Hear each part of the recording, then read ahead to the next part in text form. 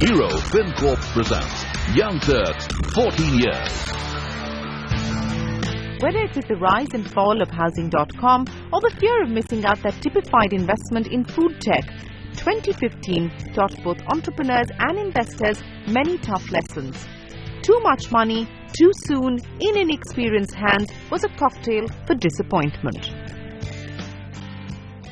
When you're seeing this hyper growth come in, because of hyper funding, how do you hold the bull by the horns? How do you not get carried away with splurges on huge advertising and so on and so forth, trying to buy customers with discounts and cashbacks? How do you resist that temptation of actually still concentrating on the unit metrics, still concentrating on making sure every city you're in is profitable and so on? For me specifically as an entrepreneur, having the right team has made all the difference. I think that was extremely valuable to be able to make sure that we were making very, very sane bets, investments with the right impact and outcome which was measurable. One, it is very difficult to convince extremely smart people who are here to build a company for the next 10-15 years to do something insane which doesn't have a real value proposition. And second, if you manage to do that, which I think that I have at some times managed to do, we have a very functional board. Sanjeev, I want to talk to you about using the monies, because you actually put the first tranche of funding you raised in a fixed deposit. Your reflections on the kind of entrepreneur you were then and what you see around yourself now? Look, on the face of it, everything has changed. But the truth is, when you count the successes, not that much has changed. And the successes will be counted only 3, 4, 5, 7 years later, not right now. Let me assure you, if you are building your business largely on external funding, right, and you are not conscious of building the right model because you have the luxury of funding, when there's a downturn, and at that time, if you build this high-cost model with high burn and you can't pivot, there's going to be huge stress. So are you apprehensive because you don't see enough of that happening now with some of our internet companies and the unicorns? So the way we've always worked with our businesses, with the companies we invested in, say guys, build the right revenue model at the same time. Don't leave it too late, because there will come a time when external funding will be hard to come by. Deepinder, you had that smile of I've heard all of this at very close quarters. We got pushed on sales very, very early on. Right? And of all the rounds we have done, we never actually needed those rounds to actually sustain our business. Right? So we just, any round used to be option value for us. And then we used to have this money, and then we used to think of that, hey, we'll put this in FDs and our burn rate will go down by that much. Because we really didn't know what to do with all that kind of money. Right? But what we used to do was we used to acquire a lot of these market leaders in various countries, and that's how we really used all the money that we had. We raised about $225 million in total. About 100 million we spent on acquisitions, and we've got half of the rest still with us. Right? So that's really the. One more thing I'll say: the customer's money is always better than the investor's money here. Because if the customer's money comes, and it comes repeatedly, it means you have a real business. Right? And if that money is coming at a price which is above your cost, it means you have real margin. Right? And you have a viable proposition.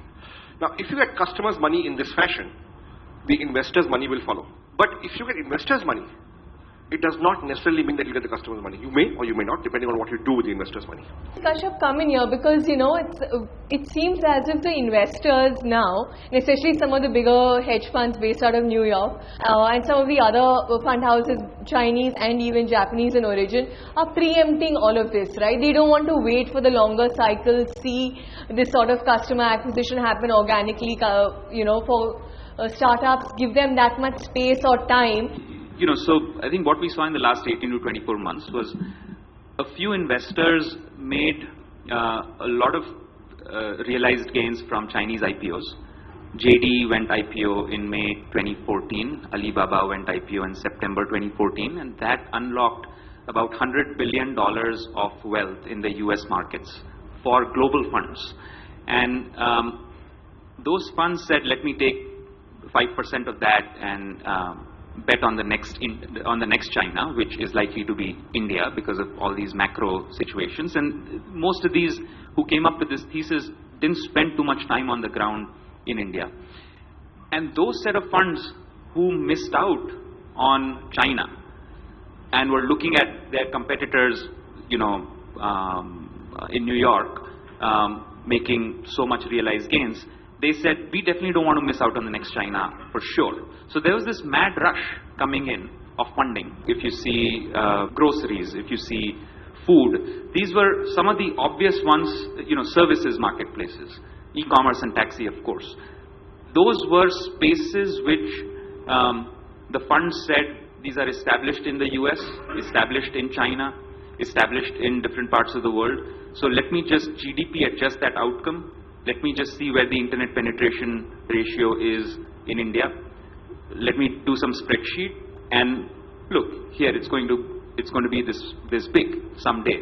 So anything less than that, as long as we own that company, is upside. Some of the points that Kashyap says are relevant to the larger space within which you operate, and then what we've seen in terms of the headlines that are coming out in terms of possible consolidation in your space. Tell us about how you see this from inside your rooms. So I think two things. First, I love what you just said. That is, great companies are built with the best cost structures. A lot of people don't know, and people would have thought that we took out all the investment that we raised and started investing it. We actually started, we actually have one guy who just kept investing them in the right places, and so we are over investing in these times. We were not over investing in those times, right?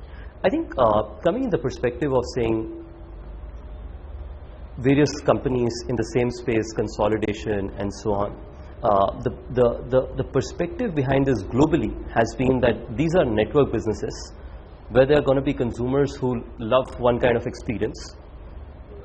Until the networks keep sticking on, I think there's naturally one or two players who will win. So I think for us, while there's a lot of cities where the investor money is going on investments, there's still a lot of other cities where the consumer money is actually giving us the money to be able to invest in a lot of other cities. What I feel very proud about and very distinctively is we're possibly the only Asian company that Rocket has ever copied across their lifetime, which is non-America in nature, right? So in the this of that of the spreadsheet, India finally makes it in the this column. All right. A little bit about Deepinder. You had a spat of acquisitions in the second half of 2014, first half of 2015. You were what you would call the toast of startup land. Until overall scenario changed a little bit. There was some pessimism around a lot of things, and then suddenly it's not so cool to lay off, to restructure your business, which is something which is very normal, right? And then a particular sentence will get picked out of a letter saying, okay, now he has become answerable to investors, and all of that sort of nitpicking. All the press around the acquisitions and all the press that we get right now is actually just the press, right? So even the good press and even the bad press. And internally at Zomato, we've always been living the bad times, right? So because we think that until and unless we get to profitability, we are in bad times, right? So that's how we actually approach running our business. A lot of what you hear about us is what the media wants to say about us, right? But I think our reality has pretty much been the same last year as well as this year. We're still on course to triple our revenues this year. Our traffic is still growing well. A lot of our markets are doing well. It's just that when you have a lot of funding and the promise of potential funding, you tend to overlook some mistakes, right? You tend to not think about some problem areas, and we say, okay, let me focus on this and not look at this because we have the money to pay for these things right now. So, and as soon as you think that, hey, maybe we're not going to be able to raise the next round, or maybe the money will dry out, you just take one look at your business and figure out these are the 4 spots where we don't need to be investing in, right? So I think those are the calls that we took, and hasn't hurt our business at all. Hero FinCorp presents Young Turks, 14 years.